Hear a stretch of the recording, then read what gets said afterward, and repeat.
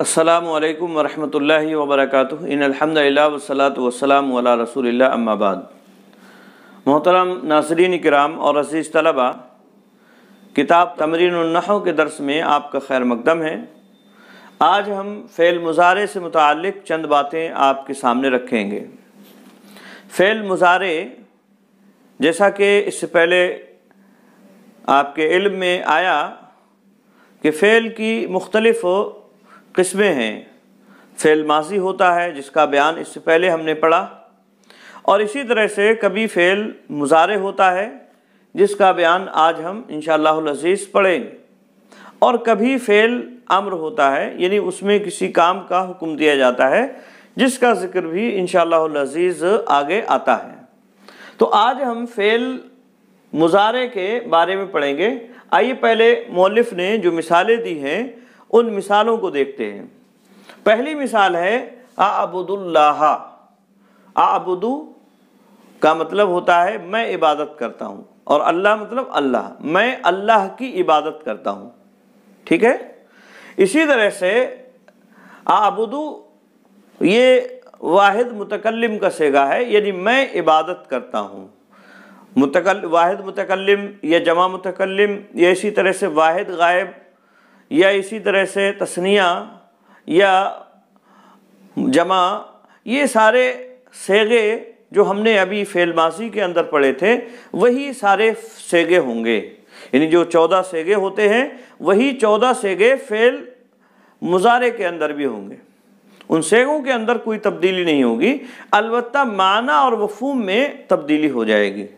تو اعبد اللہ یہ فعل مضارع ہے اور واحد متکلم کا صیغہ ہے۔ اعبد اللہ، اعبد اللہ، میں عبادت کرتا ہوں اللہ، یعنی اللہ کی، میں اللہ کی عبادت کرتا ہوں، یہ معنی ہوا۔ اسی طرح سے دوسری مثال ہے انا اکثر الاسنام۔ انا اکثر، اکثر میں توڑتا ہوں، کسرا یکسر توڑنا ہوتا ہے، اسی سے واحد متکلم کا صیغہ یہ بھی اکثر الاسنام، میں توڑتا ہوں۔ الاسنام صنم ان کی جمع ہے، بت کو کہا جاتا ہے۔ انا اکثر الاسنام، میں بتوں کو توڑتا ہوں یا میں بتوں کو توڑوں گا۔ ایسے ہی اعبد اللہ، میں اللہ کی عبادت کرتا ہوں یا اللہ کی عبادت کروں گا۔ آئی بات میں؟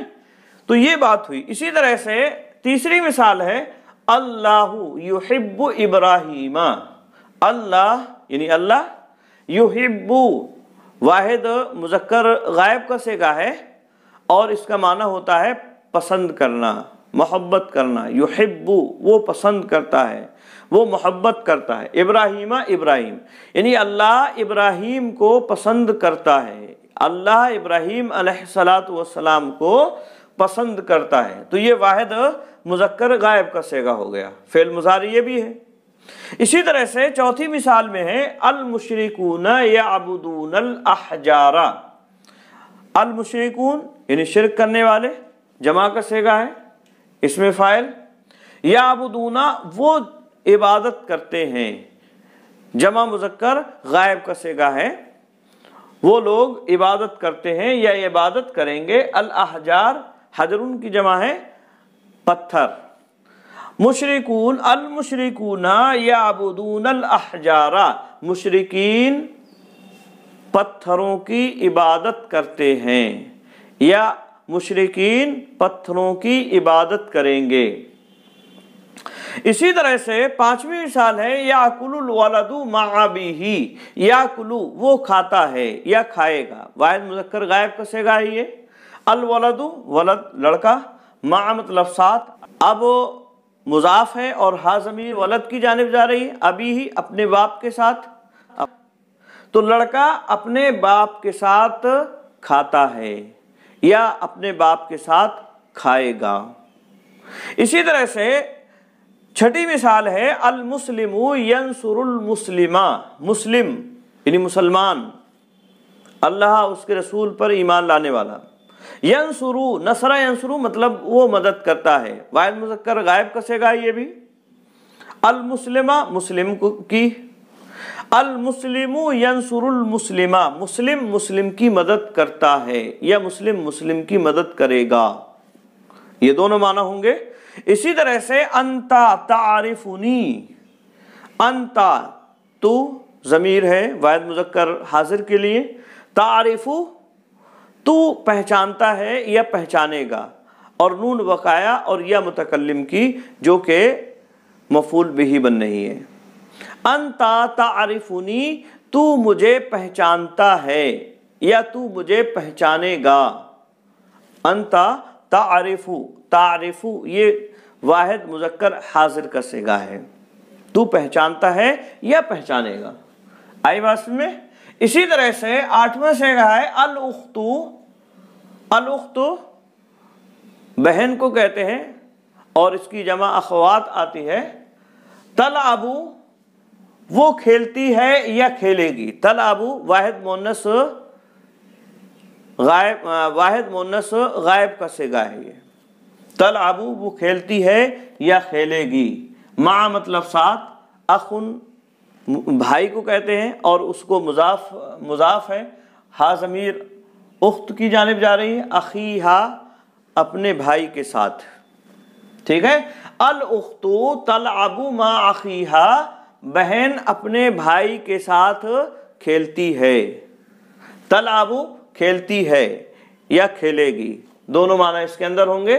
اسی طرح سے نمی مثال ہے نحن نتوجہ الی الکعبۃ، نحن ہم ضمیر ہے، نتوجہ نتوجہ باب تفاعل سے، ابھی اس کے بارے میں بھی انشاءاللہ العزیز آگے آئے گا کسی درس میں، تو یہ جمع متکلم کا صیغہ ہے، نتوجہ یہ جمع متکلم کا صیغہ ہے، اور اس کا مطلب ہوتا ہے نتوجہ ہم متوجہ ہوتے ہیں یا ہم رخ کرتے ہیں، الی الکعبۃ کعبہ کی طرف، نحن نتوجہ الی الکعبۃ ہم کعبہ کی طرف رخ کرتے ہیں، یعنی نماز میں ہم کعبہ کی طرف رخ کرتے ہیں، تو نتوجہ جمع متکلم کا صیغہ ہوا۔ یا اسی طرح سے ہم رخ کریں گے کعبہ کی طرف، یہ بھی معنی اور مفہوم اس کا ہو جائے گا۔ اسی طرح سے 10ویں مثال اور آخری مثال ہے تغیب الشمس، تغیب الشمس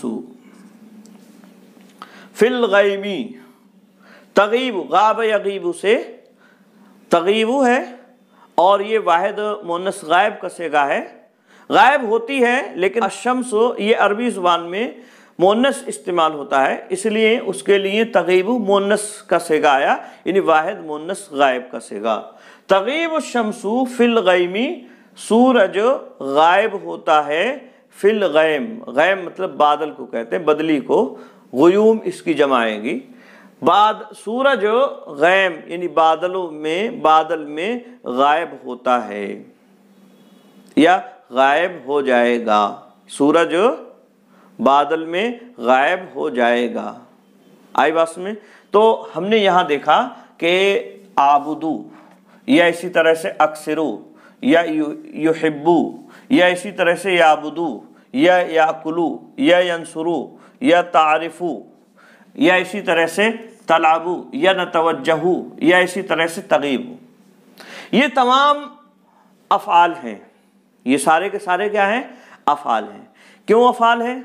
افعال اس لیے ہیں کہ یہ کسی کام کے کسی خاص وقت میں ہونے پر دلالت کر رہے ہیں، جیسے مثلا آبدو میں عبادت کرتا ہوں، یعنی زمان حال میں عبادت کرتا ہوں، یا عبادت کروں گا یعنی زمان استقبال میں عبادت کروں گا، تو یہ دلالت کر رہا ہے کہ کوئی کام یعنی عبادت یہ خاص وقت میں ہوا ہے، تو اس سے یہ بات معلوم ہوئی کہ یہ فعل ہے۔ آئی بات میں؟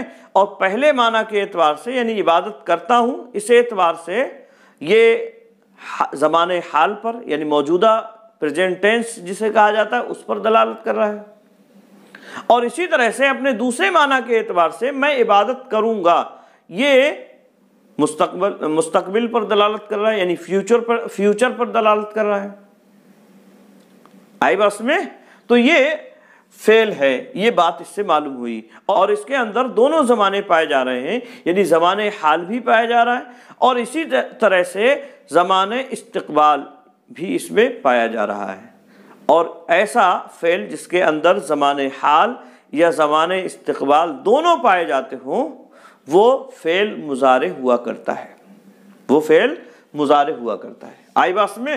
تو آبدو یا اسی طرح سے اکثرو یا یحبو یا یعبدونا یا اسی طرح سے یاکلو یا ینصرو یا تعرفو یا تلعبو یا نتوجہو یا اسی طرح سے تغیبو، یہ تمام کے تمام فعل مضارع ہیں، کیونکہ یہ کسی کام کے کسی خاص وقت میں ہونے پر دلالت کر رہے ہیں، اور جو کسی کام کے خاص وقت پر دلالت کرے کلمہ، اس کلمے کو فعل کہا جاتا ہے، اس لیے یہ فعل ہیں۔ اور چونکہ یہ حال اور استقبال پر دلالت کر رہے ہیں اس لیے یہ فعل مضارع ہو گئے۔ آئی بات میں؟ تو فعل مضارع کی تعریف ہم نے جان لی، یعنی فعل مضارع وہ فعل ہے جس کے اندر کسی کام کے ہونے کا معلوم ہو زمان حال یا زمان استقبال میں، یعنی کوئی کام زمان حال میں ہو رہا ہے یا اسی طرح سے کوئی کام زمان استقبال میں ہو رہا ہے تو ہم اس سے یہ اندازہ لگائیں گے کہ یہ فعل مضارع ہے۔ یہ بات ہوئی ایک۔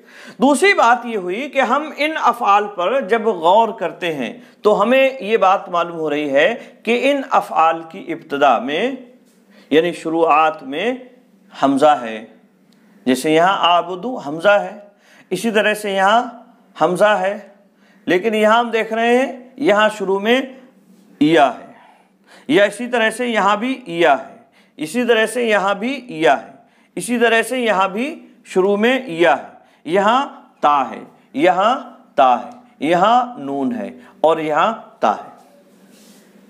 آئی بات میں؟ تو یہ ہم نے دیکھا کہ یہ 4 حروف آ رہے ہیں، یعنی مختلف سیگے ہم نے دیکھے، واحد مذکر غائب کا سیگا دیکھا ہم نے، جمع مذکر غائب کا بھی سیگا دیکھا، اسی طرح سے ہم نے واحد مذکر حاضر کا بھی سیگا دیکھا، اسی طرح سے واحد مؤنث غائب کا بھی سیگا دیکھا ہم نے، اور پھر ہم نے متکلم کا بھی سیگا دیکھا، اور اسی طرح سے ہم نے واحد مؤنث غائب کا بھی سیگا دیکھا۔ ٹھیک ہے، یعنی واحد متکلم کا سیگا ہم نے دیکھا، یہ واحد متکلم کا ہے، اسی طرح سے واحد متکلم کا سیگا ہم نے دیکھا۔ تو یہ ہم نے مختلف سیگے دیکھے، تو اس سے یہ بات بھی معلوم ہو رہی ہے کہ فعل مضارع کے لیے یہ ضروری ہے کہ اس کی ابتدا ان حروف میں سے کسی ایک حرف سے ہو۔ آئی بات میں؟ یعنی حمزہ سے ہو یا سے ہو یا اسی طرح سے تا سے ہو یا اسی طرح سے نون سے ہو۔ آئی بات میں؟ تو یہ بھی معلوم ہو کہ فعل مضارع کی ابتدا ان 4 حروف میں سے کسی ایک کے ذریعے سے ہوگی، حمزہ سے ہوگی یا تو یا سے ہوگی یا تا سے ہوگی یا نون سے ہوگی۔ اطعنا،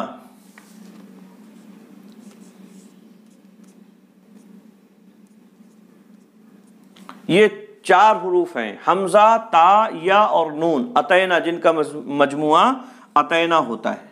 ان 4 حروف میں سے کسی ایک حرف سے فعل مضارع کی ابتدا ہونا لازمی اور ضروری ہے۔ فعل مضارع تبھی ہوگا، اور حمزہ واحد متکلم کے شروع میں آتا ہے یا مذکر غائب کے جو سیگے ہیں ان کے شروع میں آتا ہے۔ آئی بات میں؟